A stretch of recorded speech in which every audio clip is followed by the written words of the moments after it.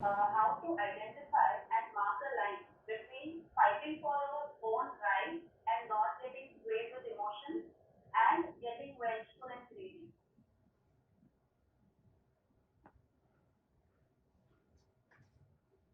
If at all you fight for your own right, now you have to understand, if at all you fight for your own right, you can never ever become vengeful or greedy, because you are just fighting for your right, and your right is a predefined necessity for yourself. Am I clear with you? Now, what is my right? My freedom of speech is my right. But if I understand my freedom of speech as saying whatever I want to say, then my freedom of speech will be an impediment in others' life. Because there, my right is my necessity, and my necessity is a balance of my existence with my surroundings. Now, what is necessity? Me existing and the surrounding existing peacefully is the necessity. But when you lose that perfect understanding of that right, fighting for your own right, and say only I exist, only I am right, I do not need a peaceful coexistence with the surrounding, then my right, here in the example, freedom of speech, can be an impediment, trouble in other people's life. In the same fashion, you do not find a balance between fighting for your rights and being greedy or being more swayed away by emotions. Remember, you only get swayed away by emotions when you lose the concept or understanding on what your rights are. When your rights are, for example, let us take the example of Mahatma Gandhi. Now, he was fighting for his rights. Swaraj is my birthright. Of course, Mahatma Gandhi did not coin this, but let us say he believed that independence was his birthright. Am I clear with you? Now, he too believed that Swaraj is his birthright. Then he believed in what is his right as a citizen to fight his government. At that point in time, he said the government is British Empire. I am a citizen, and it is my right to fight for my rights in the way that is agreeable to the citizen and the government. That is what he thought. This is by being in center with his own self. Now, he fought for his right. Actually, Mahatma Gandhi was never troubled. If you see Subhash Chandra Bose, he realized that it is my birthright and I do not recognize British Empire as the government because it has forced itself upon me or on the masses. Am I clear with you? Now, with this, whatever aggression or whatever force the great Subhash Chandra Bose, the pride of India, the jewel pride of India, has done. Remember, most people today subscribe to that opinion and say, yes, they forced themselves upon us. We were not actually the citizens of British Empire. We were a colony. Yes or no? So, first you need to define what are your rights. And when you are really fighting for your rights, you can never be swayed away with emotions.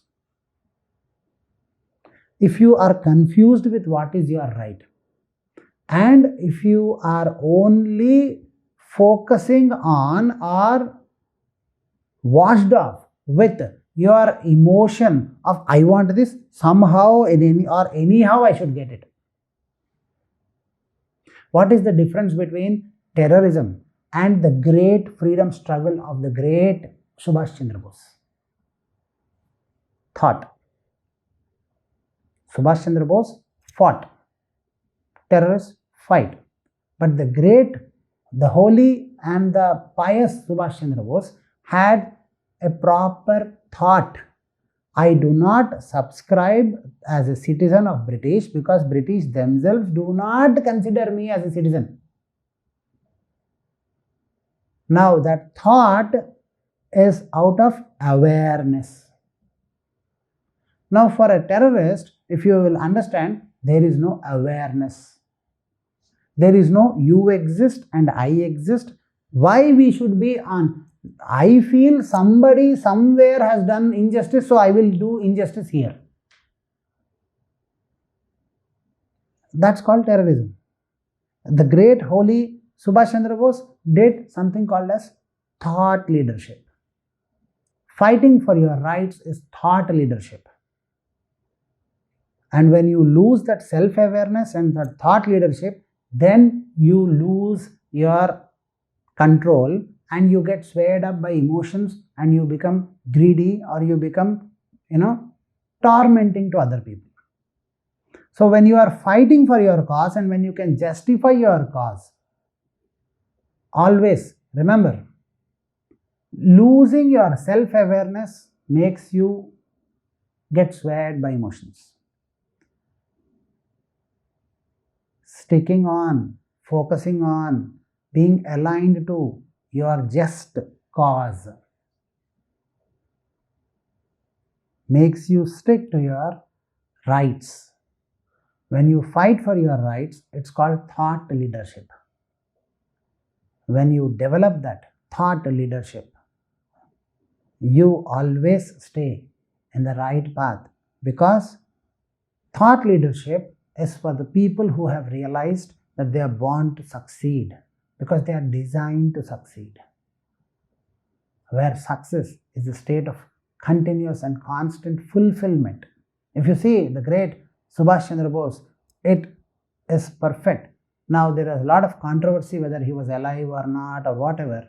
But if you see, even if he was alive after the plane crash and all, you will only understand. He fought for the just cause that he believed and he just lived by it. He never was interested in taking the title, or he was never interested in taking the name for it.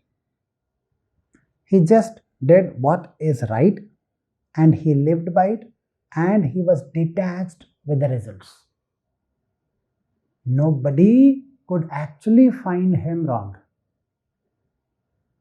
So, living your life with absolute self-awareness is the most important quality that you should develop. You should not be swayed by emotions. And how can you develop that? Remember, when you are thinking in a specific direction and you cannot consider the antagonistic thoughts towards your own thought pattern as a natural possibility, and when you have not well countered, thought of, or organized all the thoughts against your own thought pattern in a proper way, then you are already swayed up by your emotions.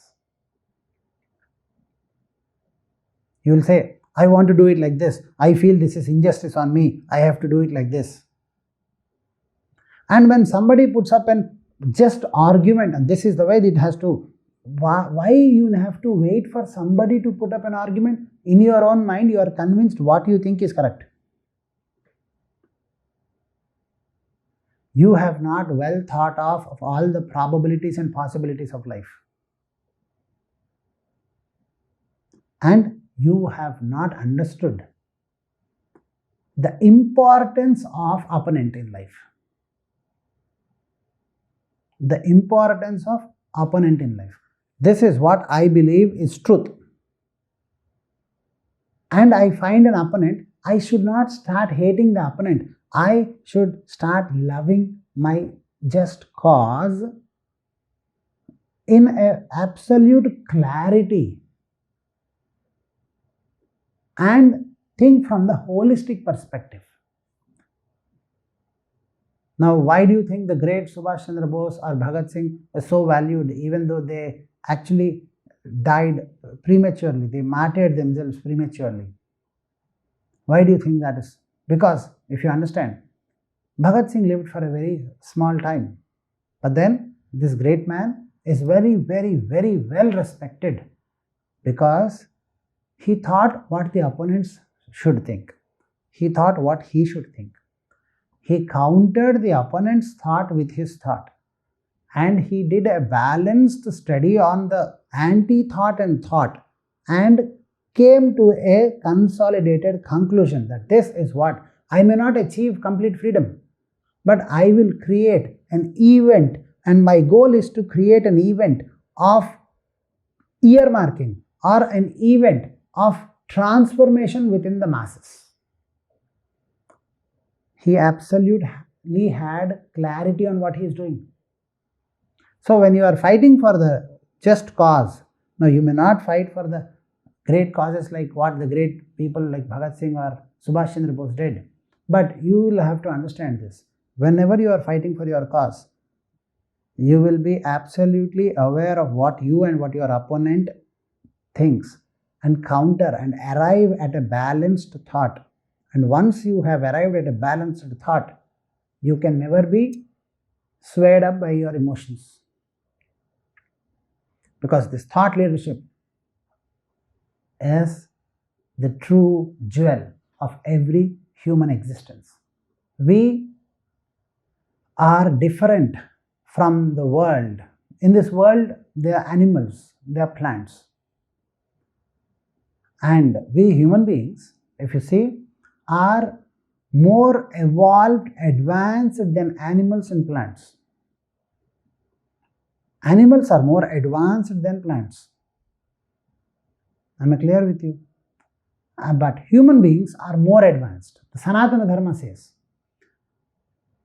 plants are not so very well advanced because they do not have the ability to interpret and react and communicate in an expressive way. They also feel, they also experience, but they cannot expressively communicate. Am I clear with you? Jnana, ability to interpret. Plant experiences emotions, but cannot interpret emotions. Animals can interpret emotions, but cannot express the interpretations of their emotions. What is the difference? The Sanatana Dharma says, animals are those that they look at, when they look at, though they are looking at something, they are not able to exactly interpret and understand the holistic perspective of what they are looking at. Human beings are more advanced. When they look at, they can understand the imperative meaning behind what they are looking at. Yes or no? When something happens, what is the difference between animals and human beings? We can understand the imperativeness of anything. When we cannot understand the imperativeness, and when we are lost in the flow of our own thoughts and just do what is. For example, a lot of people these days, they watch TV. They just watch TV. They don't even think. They just watch TV. They watch TV. They watch TV. It happens. Yes or no? They just do because they're doing. And when you know what you're doing while doing it, and you understand much beyond than what you do, what is done or what is happening, and when you are aware of all this, that three-dimensional awareness, what I am doing, what is happening, and what is the outcome. When you are absolutely three-dimensionally aware of all that is surrounding happening, then only you are qualified as a perfect human being. Or else, what is the difference between an animal that is lured by looking at the green crops in the field? It's lured to go and feed on that. And the moment it looks at the farmer, it's scared, it runs away. Happens. We are also becoming slaves to our own inner thought provocations. We look at something, we are one person when nobody is looking at us. We are one person when nobody is looking at us, and we are one other person when everybody is looking at us. Thereby trying to tell our own subconscious to our own conscious that we do not have an intrinsic strength of character within our own self. We are continuously swayed by emotions, or we are continuously swayed by what instant thoughts we get in our mind. Animals also do the same. So when you differentiate yourself with the self-awareness and the jnana, one who observes, not just looks at what he is looking at. One who just observes and perceives and synthesizes the holistic meaning behind what he looks at is called human being. One who synthesizes by observing and processes that observed information and synthesizes an holistic understanding, and then fighting for his rights, can never ever be swayed with emotions, because he knows he is born to succeed, because he is designed to succeed.